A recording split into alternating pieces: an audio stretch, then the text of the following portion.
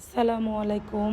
আপনাদের দেখাবো রাজশাহী জেলার বিশ্ব মাঠ। এই দেখেন লাউ গাছ, তারপরে দেখেন ভুট্টা ক্ষেত, ভুট্টা কেটে ফেলায় থুয়ে দিছে।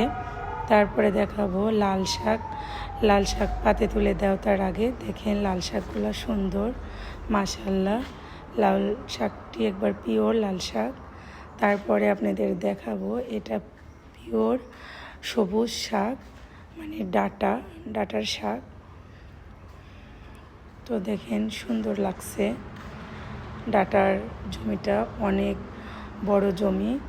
তারপরে দেখেন ভুট্টার ক্ষেত, ভুট্টা এখনো পাকেনি, ভুট্টাগুলি কেবল কেন হয়ে আছে।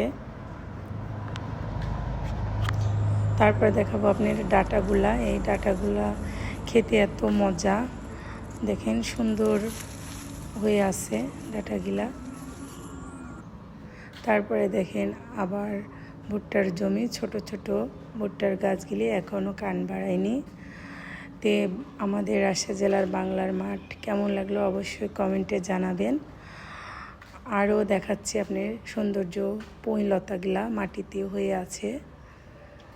এই পুঁইলতাগুলো যত কাটা যাবে তত হবে। দেখেন সুন্দর, এটা 1.5 বিঘে জমিতে আছে।